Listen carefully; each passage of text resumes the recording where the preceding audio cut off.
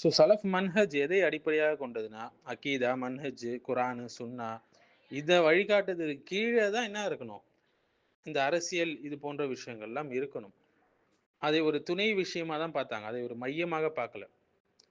அரசியலை அவங்க முழுவதுமாக மறுக்கல. ஆனால் ஒருபோதும் தாவாவுடைய மையமாக அத மாத்திடல. சலஃப் மன்ஹஜ்ல இருக்கக்கூடியவங்க. சலஃப் உலமாக்களை பொறுத்தவரைக்கும் ஈமான், இபாதத்து மற்றும் ஒழுக்கத்தை சீர்படுத்துவது இப்படிதான் பொறுமையா தர்பியத் செய்யணும். இதுதான் மையமாக கொண்டு செயல்படுவாங்க. என்றால் அல்லாஹ் சுப்ஹானஹு வ தஆலா ஒரு சமூகத்துடைய நிலையை மாற்ற மாட்டான். எதுவரையில அவங்க தங்களுக்குள் உள்ளதை மாற்றாத வரையில. அல் குர்ஆன்ல நம்ம வசனங்கள் பார்க்கலாம் இல்லைங்களா? ஸோ மனுஷனுடைய உள்ளம் திருத்தப்படாம சமூக மாற்றம் என்பது நிகழாது.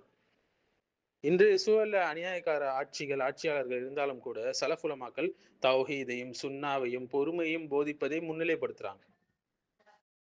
தௌஹீதை பேஸாக வச்சு என்ன செய்றாங்க? மக்களை தர்பியத் பண்றாங்க கொஞ்சம் கொஞ்சமா கிராஜுவலா. ஆனா இஹ்வானிய வகை அரசியல் செயல்பாடு எப்படின்னா, அரசியலை இஸ்லாத்துடைய எழுச்சியின் மையமாக அவங்க கருதுறாங்க. அரசியல் அதிகாரம், சட்டம் மற்றும் பொது செல்வாக்கு இதுதான் திருத்துவதற்கான முன்னேற்பாடுகளாக அவங்க நினைக்கிறாங்க. அக்கீதா மன்ஹஜ்லாம் பிறகு பார்த்துக் கொள்ளலாம். ஆட்சியை கைப்பற்றி விட்டால் எல்லாமே சீர்பட்டு விடும். சமூகம் தானா தெரிந்திடும் என்று நம்புறாங்க. ஆனா இது சரியான நம்பிக்கை இல்ல. இது நபிகளாருடைய வழியும் அல்ல. ஸோ இஹ்வானிய அரசியல் என்பது மேலேந்து கீழே மாற்றத்தை ஏற்படுத்தணும் என்ற கோட்பாட்டை கொண்டது. அதாவது ஒரு அமைப்பை கட்டுப்படுத்தினா சமூக மாற்றம் தானா ஏற்பட்டுடும் என்று நம்புவாங்க. இதனால அவசரமாக செய்து இன்றைக்கு பார்க்கலாம் பல புரட்சிகள், போராட்டங்கள் இஸ்லாம முழக்கங்களோடு தொடங்கினாலும் இறுதியில ரத்தம் தான் சிந்தப்படுது. அடக்குமுறைக்கு தான் உள்ளாக்கப்படுறாங்க. முழுமையாக சமூகம் வீழ்ச்சி அடைந்ததெல்லாம் நம்ம நவீன வரலாறுகள்ல பார்க்க முடியுது.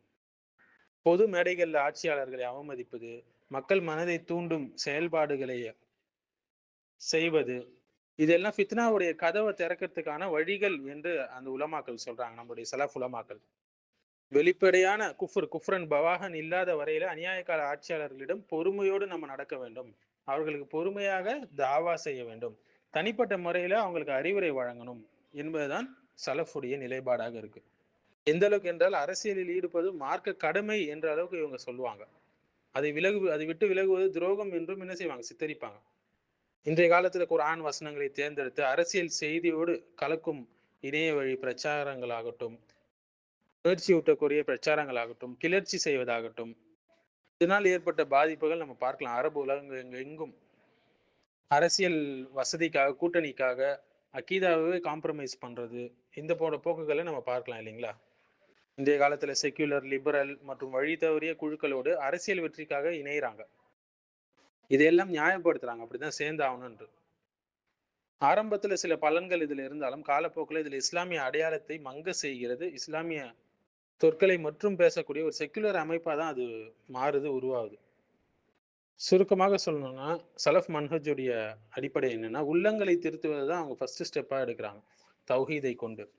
அதனால காலப்போக்கில் அமைப்புகள் மற்ற விஷயங்கள் காலப்போக்கில் தானாக மாறும். இதுதான் அந்த ஸ்டெப் பை ஸ்டெப் தர்பியா. ஆனா இஹ்வானிய அரசியல் செயல்பாடு எப்படின்னா, ஃபர்ஸ்ட் எடுத்தோன்னே அமைப்புகளை மாற்றணும், உள்ளங்களெல்லாம் பின்னாடி மாற்றிக்கொள்ளலாம், தானா அது சரியாயிடும் என்று நம்புறாங்க. பலமுறை இந்த நம்பிக்கை பலவீனமானது என்று நிரூபிக்கப்பட்டிருக்கு வரலாற்றுல.